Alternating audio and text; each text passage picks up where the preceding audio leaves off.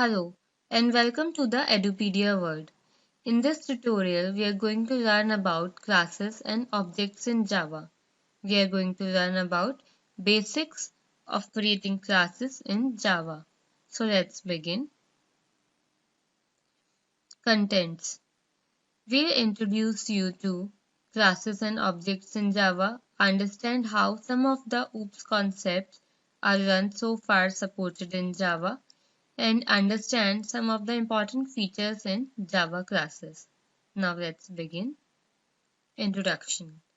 Java is a true object-oriented language and therefore underlying structure of all Java programs is classes. That is, everything in Java has to be within a class. Anything we wish to represent in Java must be encapsulated in a class that defines the state and behavior of basic programming components known as objects. So in Java, everything has to be there in a class, and class contains state and behavior. Okay, and those behavior and state are actually related to a basic programming concept called object. Classes create objects and objects use method to communicate between them.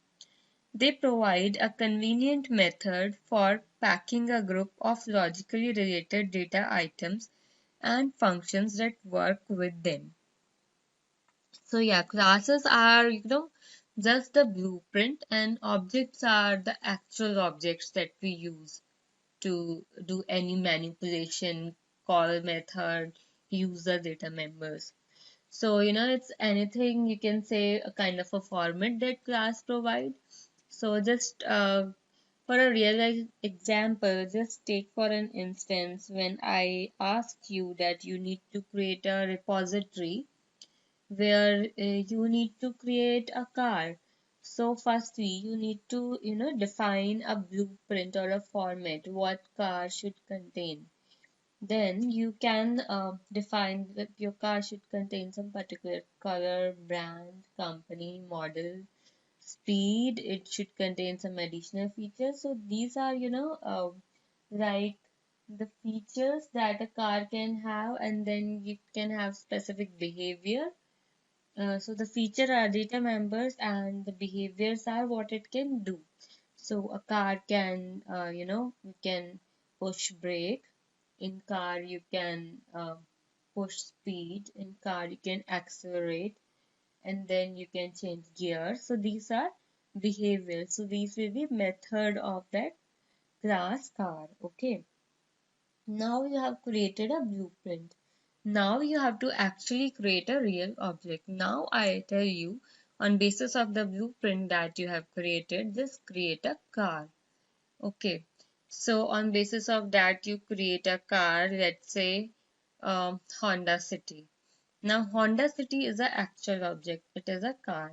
Now this Honda City car will actually include all the data members.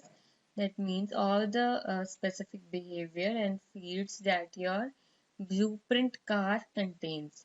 So Honda City does have speed. It does have, you know, it does, you can insert, you can put brakes in it, you can accelerate, you can change gear in it. So you can do all the function that a car can have. Okay, so now object actually takes in the behavior and uses the methods of a car. So that's what I want to tell you about classes and objects.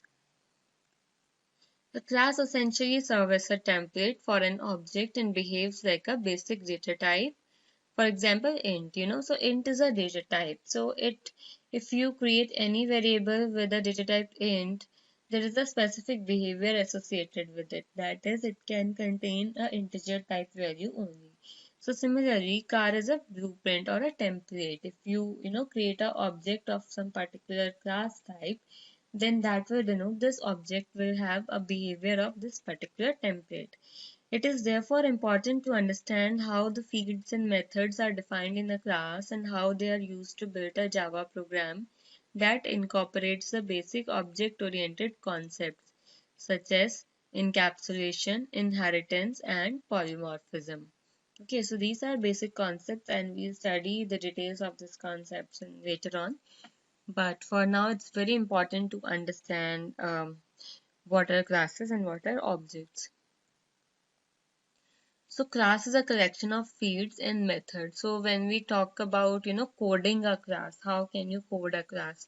So basically class contain collection of fields that are data members and methods, which are procedure or functions that operate on the data. So for example, there is a class circle, then the fields or a data that it can have are center and radius. So you can, specify the point, like what is the center. It could be 0, 0 or 1, 0 or anything else. And radius, let's say the radius of the circle is 5 centimeters. So you can specify the data of a circle. And then the methods are circumference and area. With that circle, you can actually calculate the circumference and area. So these are methods. So these are what you can do, the behavior. And the data are the fields that what a circle should include. Fine, so let's move forward. Class is a collection of fields, data, method, as we have already studied. The basic syntax for class definition is a class, that is a keyword. Then we have class name. So class name can be anything that we want to specify. So, just to give a realistic name, if we are creating a class for car, then the name we can give is car. If we are creating circle, then we can give a name circle. Okay, then for now, just ignore extend superclass name. We'll see what is that later on. Okay, and after that we have fields declaration and method declaration. Inside the class we declare fields and inside the class we also declare methods. There is an example of barebone class given which is having no fields and no methods. So this is a class circle. So we have just declared public class circle. As of now it doesn't contain any field or any method. Now we'll add fields in our class circle. So as we have decided that a class can contain the center point. Now center point do have coordinate. So coordinates are evaluated in terms of x and y. So therefore we have created two fields. Firstly double x and y.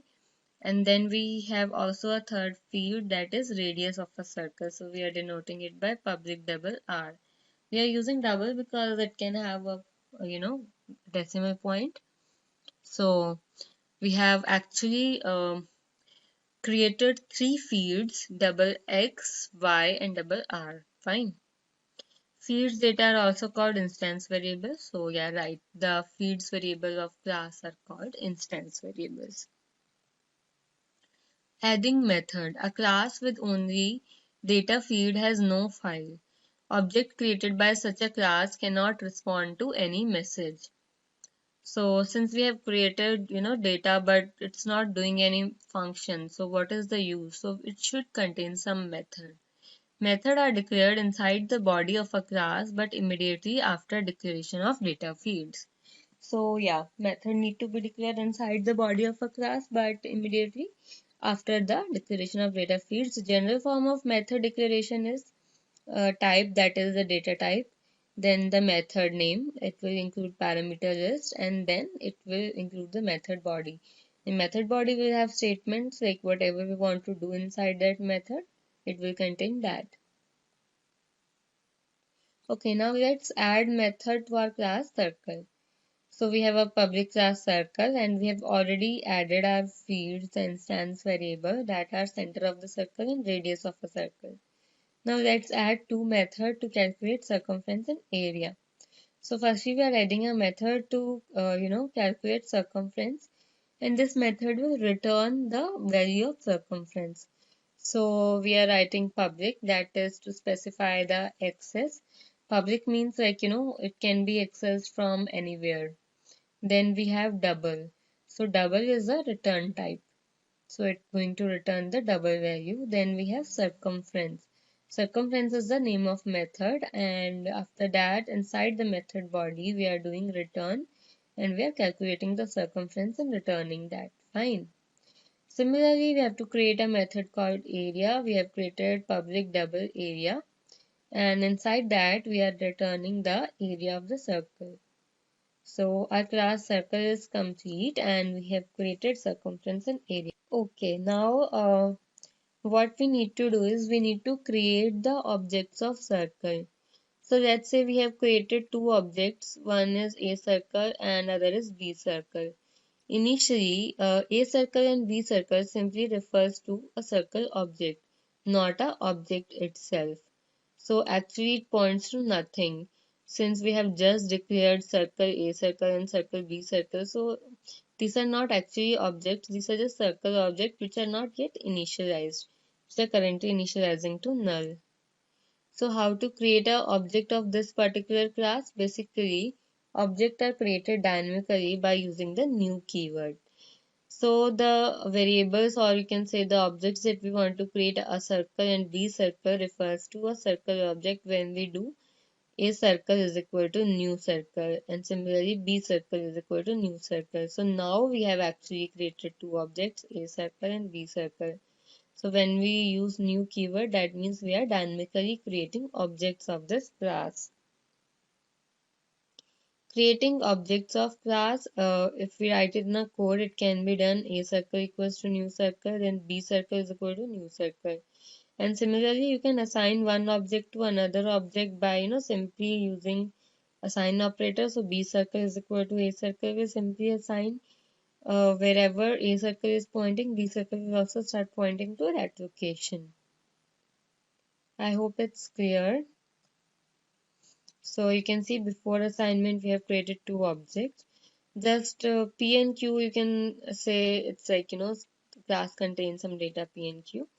And A circle is having a memory location P and B circle is having another memory location Q. So that is before assignments. Both are two objects. And then before assignment, or I should say it as after assignment, now B circle is also pointing to where A circle is pointing. So now Q is, you can say, a null object, or you can say not a null object but a null reference where no class is pointing, but B circle is now pointing to P.